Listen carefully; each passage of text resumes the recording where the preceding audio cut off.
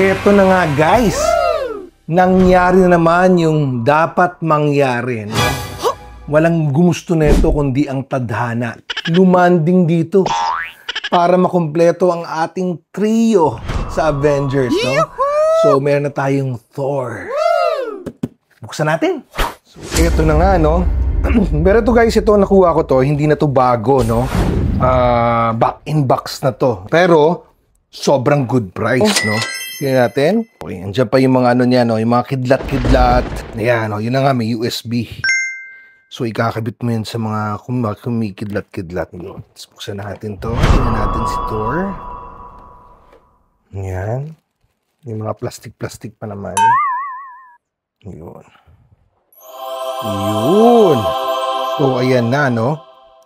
Ayan si Thor. Ang haba ng hair. So, look at that, pusikat. Ang hot toys talaga never fail. At ayan na si Thor with the long hair, battle armor at syempre, ang legendary Dad Bod. Ang toy figure na talaga namang nakarelate ako. Ang matindi pa pala dito kay Thor na to, may pakidlat pa eh.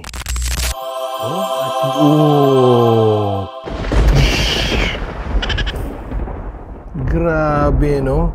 May pakidlat pa tong Thor na to. Aba, hindi papakabog. Ang ganda ng detalye, ha? Yung face sculpt parang tumalon lang sa screen si Chris Hemsworth. Ang medyo catch lang dito. Ayan.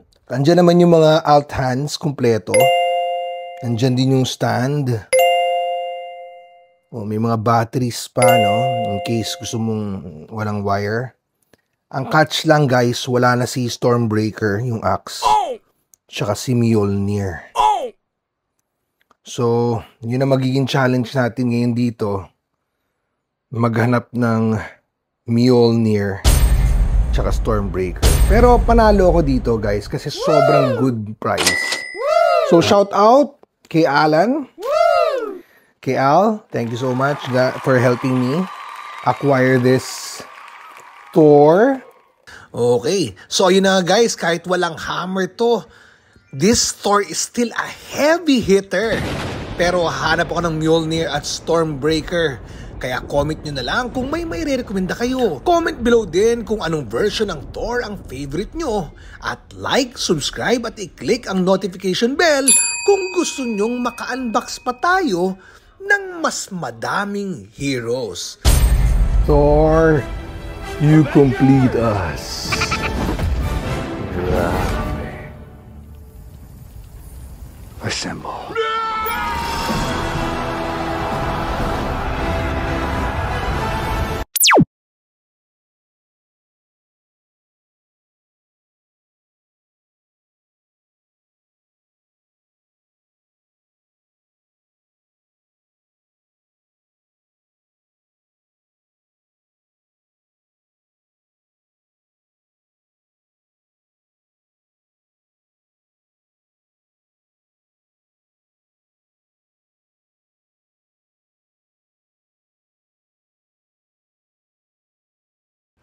O paano? Hanggang sa muli, this is Oscar Oida. Collect and be happy!